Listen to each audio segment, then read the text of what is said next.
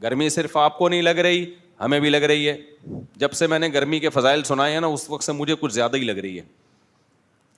میں نے تھوڑا موٹیویٹ کیا نا, بھائی گرمی برداشت کرو, پسینہ نکل رہا ہے, اس سے فیٹ گھلتا ہے. لوگوں نے بہت نیچے نیگیٹو کمنٹس کیے ہوئے تھے کہ یہ دیکھو خود اے سی میں بیٹھے رہتے ہیں, ہم نہیں بیٹھے رہتے اے سی میں. میں نے صرف یہ کیا زیادہ چھوئی میں بننے کی کوشش مت کرو. باقی میرا مقصد گورنمنٹ کو فیور کرنا نہیں تھا کہ جو لوڈ شیڈنگ کے مارا ہوا ہے لوگوں کو, بتانا یہ تھا کہ اس کو بھی انجوائے کرنے کی کوشش کر لو. نہیں ہو رہا انجوائے تو کوشش تو کیا جا سکتا ہے نا. کیا خیال ہے بھائی؟ دیکھو جس غم میں کچھ فائدے ہو نا, اس غم کو برداشت کرنا آسان ہوتا ہے, اور غم برائے غم ہو اس کو برداشت کرنا مشکل ہوتا ہے. کیا خیال ہے؟ اب اگر کوئی آپ کو ٹینشن ملی ہے, ٹینشن برائے ٹینشن ہی ہے, اس کا کوئی فائدہ نہیں ہے, اس سے ڈپریشن میں جاتا ہے آدمی. لیکن اگر ٹینشن میں کچھ فائدے چھپے ہوئے ہیں تو وہ فائدے سوچ کے ٹینشن کم کرنا اچھی بات ہے یا نہیں ہے؟ تو میں نے جو گرمی کی فضیلت پر بیان کیا تھا نا کہ اتنے پسینے نکل رہے ہیں, وہ آپ کی ٹینشن کو کم کرنے کے لیے کیا تھا. اپنی ٹینشن میری ویسے ہی سوچ کے کم خود بخود ہو جاتی ہے, اس کے لیے مجھے آپ کو بتانے کی ضرورت نہیں. تو جب شدید گرمی لگے, پسینہ نکلے, ٹینشن ہمیں بھی ہوتی ہے, آپ کو بھی ہوتی ہے. ایک چیز سوچ لیا کرو, یار یہ پسینہ نکلنا صحت کے لیے مفید نہیں بلکہ انتہائی مفید ہے. سمجھتے ہو کہ نہیں سمجھتے؟ اس کے لیے تو ڈاکٹر مشورے دیتے ہیں, جم جاؤ, بھاگو دوڑو. گورے کیا کرتے ہیں, اسٹیم لیتے ہیں پسینہ نکالنے کے لیے. تمہیں فری پھوکٹ میں کہ الیکٹرک کی طرف سے پسینہ مل رہا ہے. تو ٹینشن ہمیں بھی ہوتی ہے پسینہ نکلنے سے, آپ کو بھی ہوتی ہے. گرمی ہمیں بھی لگتی ہے, آپ کو بھی لگتی ہے, لیکن اس گرمی میں کچھ فائدے بھی تو ہیں نا. تو وہ فائدے سوچ کے اگر ٹینشن کم ہو رہی ہے تو اس میں ٹینشن لینے کی کوئی بات نہیں ہے. اس پہ کمنٹس میں پازیٹیو کیا کریں, یار ویل ڈن مفتی صاحب نے کوئی تو ایسی بات کی جو گرمی میں خوشی کی بات.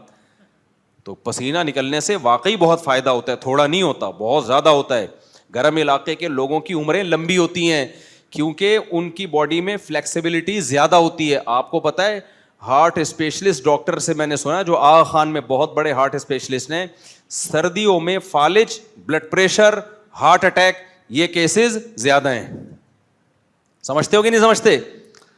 سردیوں میں برین ہیمریج سے مرنے والے لوگوں کا ریشو گرمیوں کی نسبت, بس یہ بات کمپلیٹ کر کے ٹاپک پہ آ رہا ہوں, سردیوں میں ہارٹ اٹیک کا ریشو گرمیوں کی نسبت, آپ جائیں آغا خان سے اور بڑے بڑے ہاسپٹل سے ذرا وہ رپورٹ لیں, سردیاں جیسے ہی آتی ہیں بی پی ہائی, فالج کے اٹیک زیادہ, ہارٹ اٹیک زیادہ. کیوں؟ سردیوں میں جسم کیا ہوتا ہے, کھنچتا ہے, رگیں کیا ہوتی ہیں, سکڑتی ہیں. جب رگیں سکڑتی ہیں بی پی بھی ہائی ہوگا, برین ہیمریج کا بھی خطرہ ہوگا, ہارٹ اٹیک کا بھی خطرہ. اور گرمیوں میں کیا ہوتی ہے, گرمیوں میں لچک پیدا ہوتی ہے, وہ آدمی جو ہے نا پورا وہ کیا کہتے ہیں پگھلتا ہے. تبھی یہ ڈاکٹروں کی رپورٹ پیش کر رہا ہوں, گرم علاقوں کے لوگوں میں عمریں زیادہ ہوتی ہیں ان کی.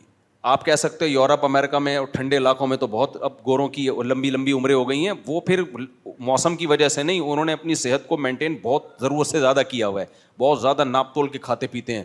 گرم علاقے کے آدمی کو اتنا زیادہ ٹینشن کی ضرورت نہیں ہوتی. سمجھتے ہو؟ خیر اب ہم مسئلے ٹاپک کی طرف آتے ہیں. تو مقصد صرف یہ تھا کہ گرمی میں ٹینشن تو ہم کو بھی ہو رہی ہے بھائی, آپ کو بھی ہو رہی ہے, لیکن کوئی ٹینشن کم کرنے کی بات ہو جائے تو وہ اچھی ہوتی ہے. سمجھتا ہے کہ نہیں سمجھتا؟ جب اے سی کے پیسے نہ ہوں تو پھر یہ باتیں سوچ کے کیا کیا کرو, صبر کیا کرو. ٹھیک ہے نا, کہ ہر پسینہ نکلنے سے فائدہ ہی ہوتا ہے, نقصان نہیں ہوتا.